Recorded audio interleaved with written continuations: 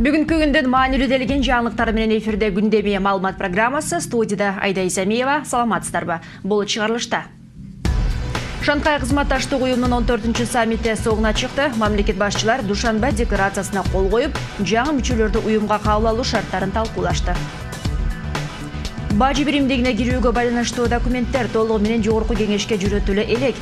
Январь айына чейин парламент мыйзамдарды кабыл алып үлгүрөбү? Быйыл жалпы форманы киргизип баштоо туурасындагы билим берүү министрлигинин сунушун мектептер менен ата-энелер аткарууну туура көргөн жок. Көчмөндөрдүн көрмандары алыстан келген көрүүчүлөр жаккан командалар үчүн акча сайып мелдеше баштады.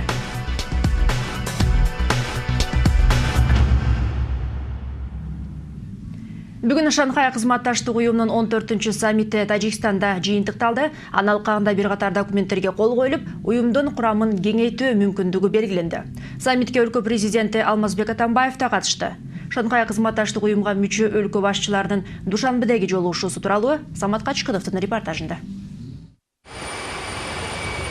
Аэропортқа ардак кароол тизилип, президент Алмазбек Атамбаевти тажик премьери тосуп алды. Кыргызстандын Тажикстандагы элчиси менен бирге протоколго ылайык шкууга мүчө өлкө башчыларынын баардыгын тосуу дал ушул тартипте жүрдү. Ал эми тажик журт башчысы Эмомали Рахмон кесиптештерин саммит өтчү Кохи Навруз сарайынан тосуп алды. Душанбедеги саммитте каралчу маселелер адаттагыдай бир жылда чогулган коопсуздук, саясий жана экономикалык кызматташуу.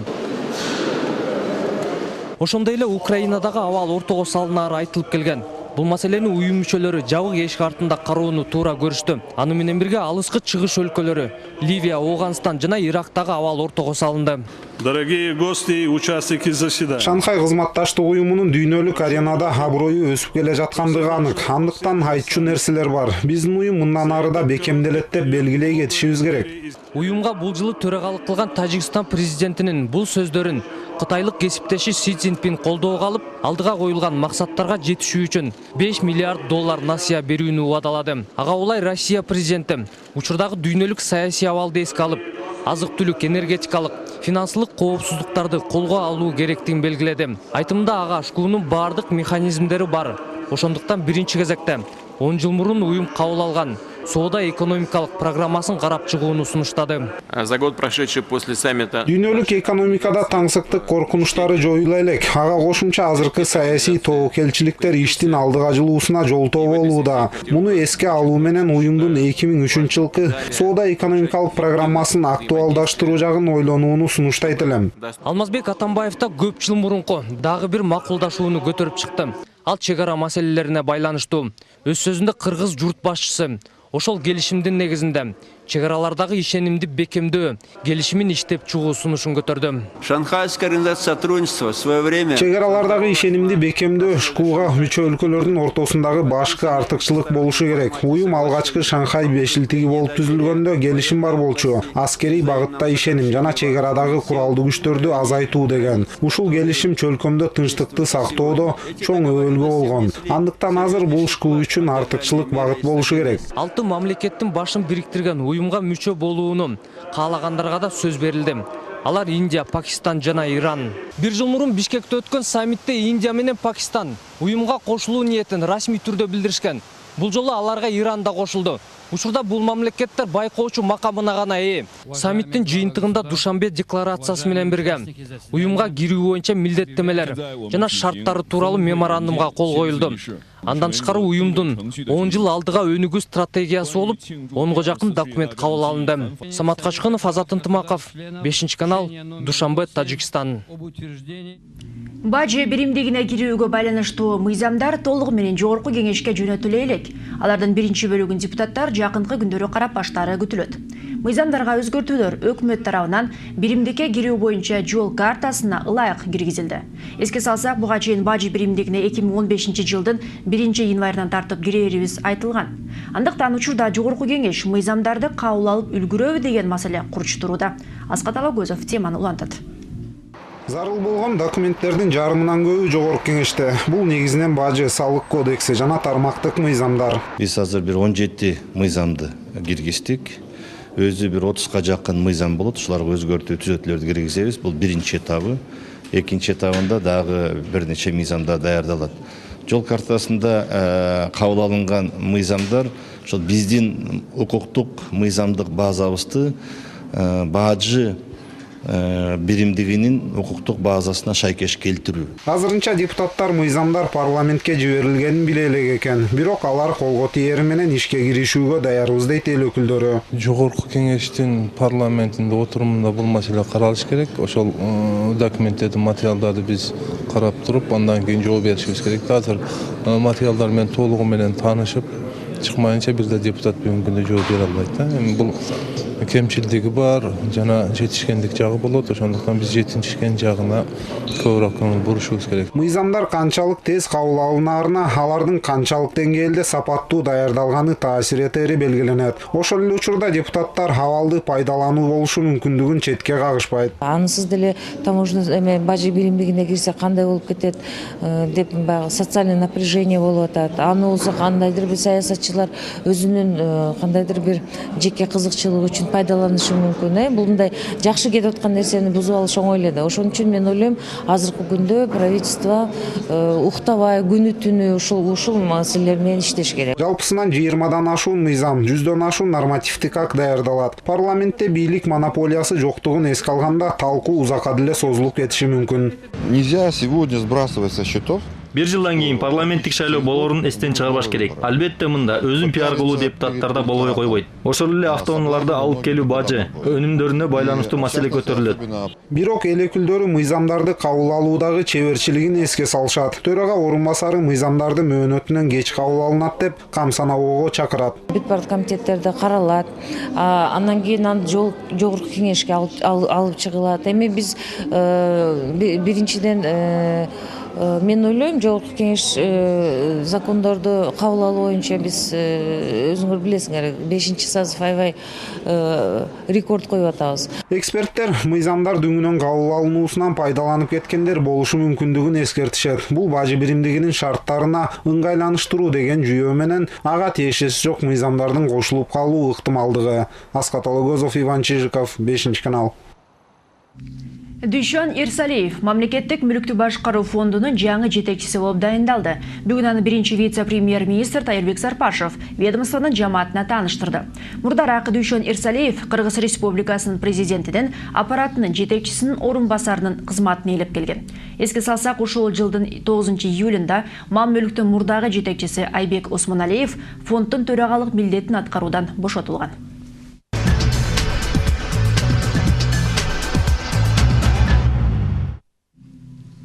Окуу жылы эвак башталганына карабай, айрым мектептер бирдиктүү форманы эми тиктирип жатат.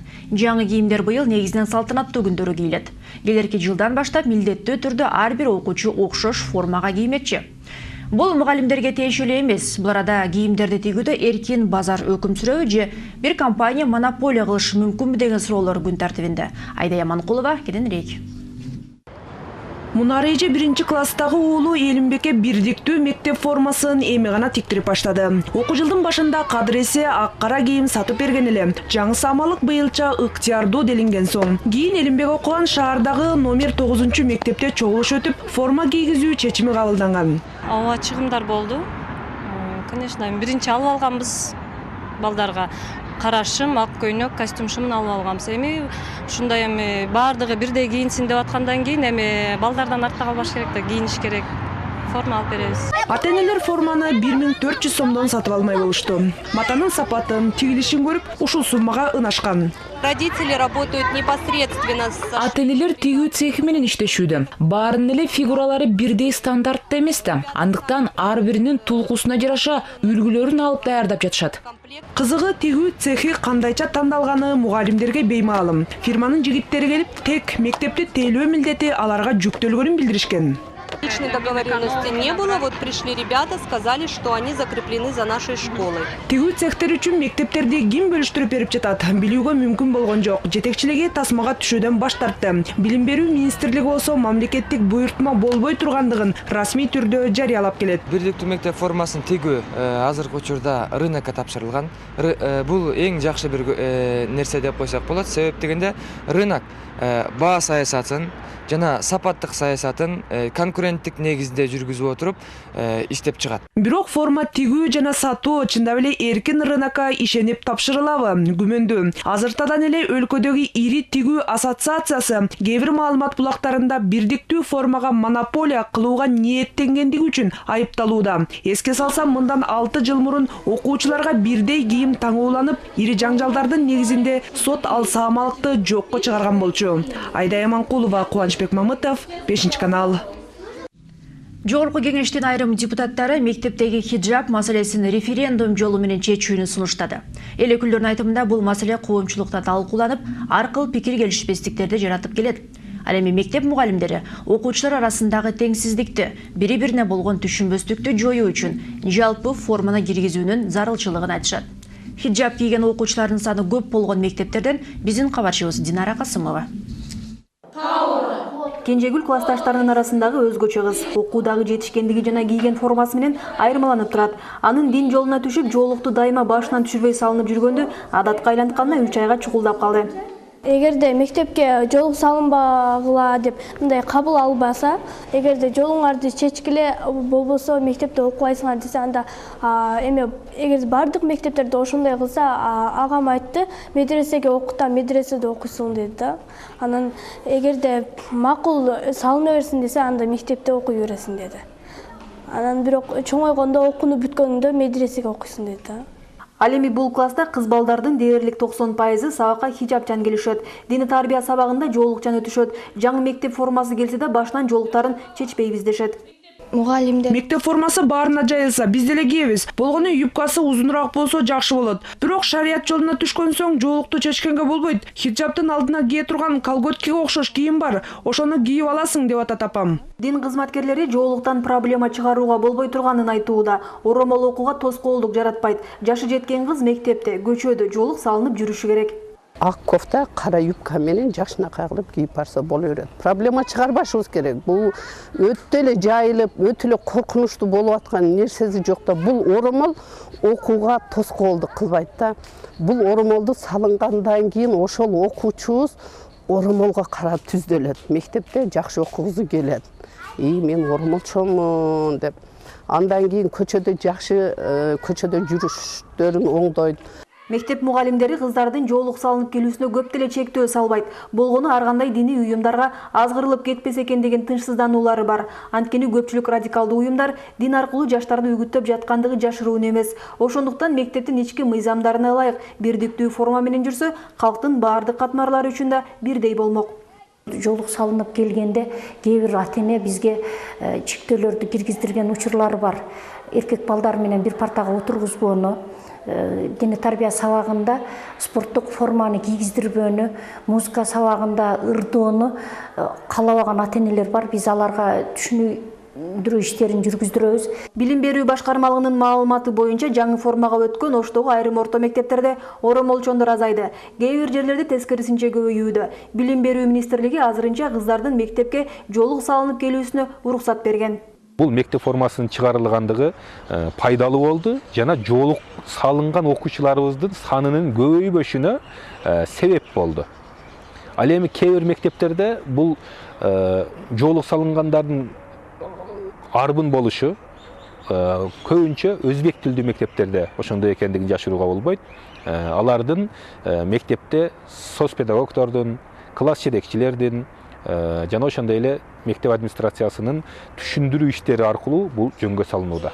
Азырынча хиджаб же жалпы формабы деген суроо кабыргасынан тура элек. Бул жылы мектеп директорлору окуучуларды өз эркине койду. Эмки окуу жылы бул көйгөйдүн канчалык маанилүүлүгүн так көрсөтөт дейт серепчилер. Динара Касымова, Талай Шабанов, 5 канал.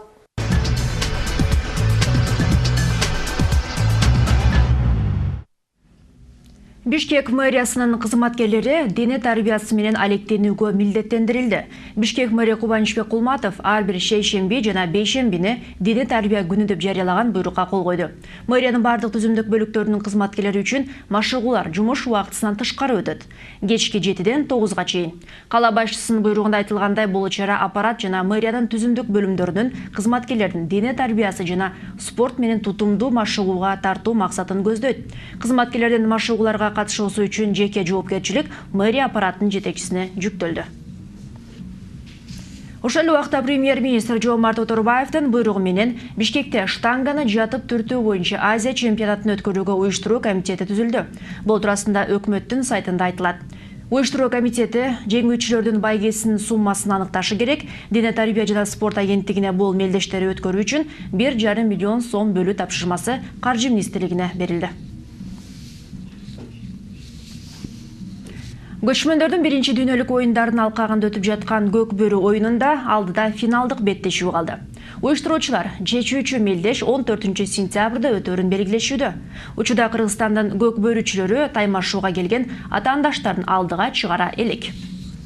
Жергиликтүү команда Түркия, Монголия, Өзбекстандан келген топторду ондон кем эмес упай менен артка калтырып келе жатышат. Бул оюндун жүрүшүнө башынан аягына чейин көз салган көрөрмандардын саны дагы азыркыга чейин үзүлбөй келет. Сөз көчмөндөрдүн мелдештерине сар эсеп салган атайын кабарчыбыз Бактыбыз Талбек кызында.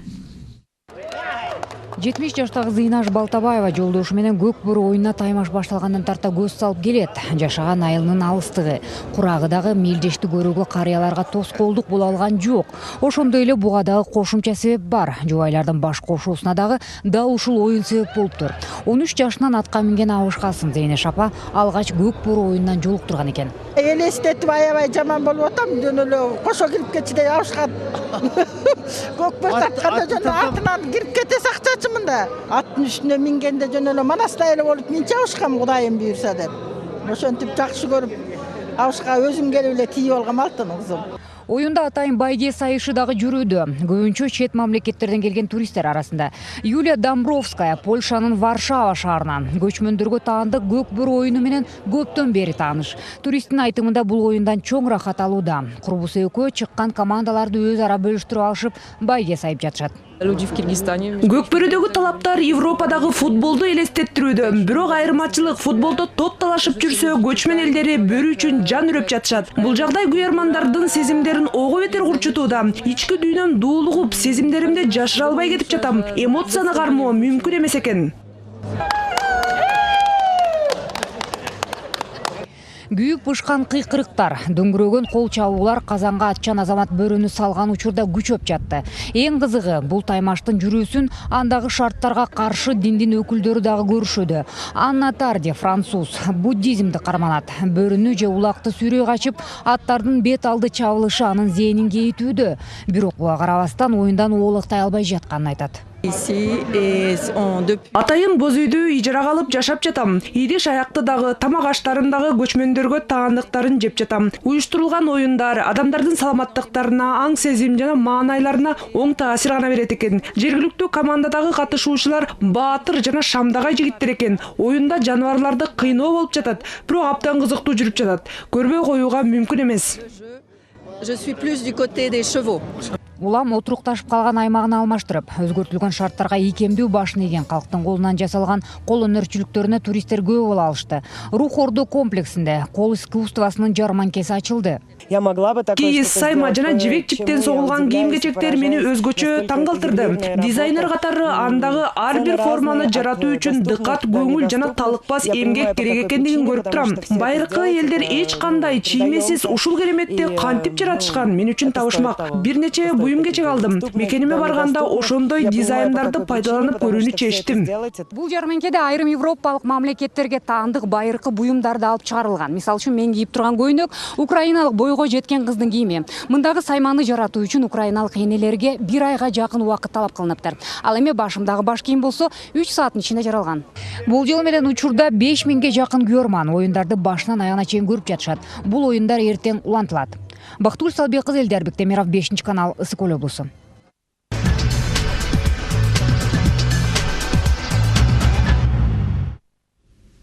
Ордо калаада бүгүнтөн баштап улуу ата мекендеги согуштун 70 жылдыгына арналып уюштурулган унаа жүрүшү старт алды.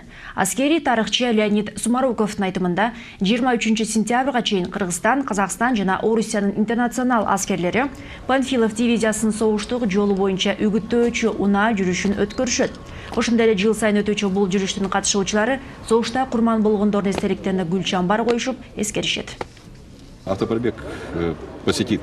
Мындан башка бул автожүрүш Самара, Москва, Астана өңдүү шаарларга чейин уланат. Мунун баары согушта курман болгондорду эскерүү жана тарыхый датага болгон даярдыктын алдындагы иш-чара. Негизи эле ал согушта көзү өтүп кеткен аталарыбызды дайыма эстеп жүрүү биздин милдет. Наши победы. Франция бийлиги жакынкы күндөрү Париждин эң сырдуу деп аталган жер астындагы резервуарына кирүүгө уруксат бергени жатат. Мансури деген аталыштагы эски сейилбактын астындагы суу сактагыч акыркы жылдары расмий түрдө коомдук жай болбой жабылып калган. Эми ачык эшик күнүнө карата париждиктер сырдуу курулушту көрүп кетүү мүмкүнчүлүгүнө ээ болду. Айгерим кулкызы кененирээк. Франциянын түштүк тарабындагы көп жылдардан берки жашыруун сыр Мансури суу сактагычы ошондой эле аталыштагы сейил багынын алдында жайгашкан. Анда 150 жыл мурун салынган эски түтүктү көрүүгө болот. Бул бир убакта дүйнө жүзүндөгү эң ири суу сактагыч деп эсептелип келген. Учурда ал Париждин 5тен 1 бөлүгүн ичүүчү суу менен камсыз кылат. Көлөмү 200 000 кубометр түзгөн жайды 2000ге жакын тирөөчтөр кармап турат. Бул Париж суу түтүктөрүнүн тарыхый курулушу. Дүйнөлүк соода борборуна кол салуу болгондон кийин коопсуздукту камсыздоо үчүн бул жакты жабууга туура келген. Каалоочулар 20-21 сентябрда келип көрүшсө болот. Бул жерде ачык эшиктер күнү жарыялангандыктан Франциянын жашоочулары кирип, мурда көрүүгө мүмкүн болбогон жайларды көрүп калууларына мүмкүнчүлүк түзүлөт. Суу ресурстары ууланып калышы мүмкүн деген коркунуч бар, бирок буга жол берилбейт. Бизде атайын каражаттар бар. Суу кир болгондон тазалап турабыз. Эгер биз көйгөй жаралганын айтсак, чоочулап калышат, бирок суу сапатына болгон коркунуч жок. Бул жака экскурсияга келгендер суу сактагычты атайын айнек экрандар аркылуу көрө алышат. Курулманын өтө маанилүү жерлерине кирүүгө болбой эле тыюу салынат. Буга карабастан коноктор көптөн бери жабылып турган Мансурини көрүп кеткенге эле ыраазы болушса керек дейт уюштуруучулар. Муну менен бирге Париж жашоочулары шаардын суу түтүктөр тутумунун иши менен тааныша алышат. Айгерим Жанкулкызы, Ярослав Калиновский, 5-канал. Мына ушундай жаңылыктар менен күндөмү өз ишин жыйынтыктайт. Алдыда аба ырайы тууралуу маалымат менен таанышасыздар. Демалыш күнүңүздөрдү жагымдуу жаңылыктар коштосун. Саламатта болуңуздар. Витапрост жыныстык кызматты жакшыртып, көңүлүңүздү көтөрөт. Витапрост чыныгы эркектер үчүн.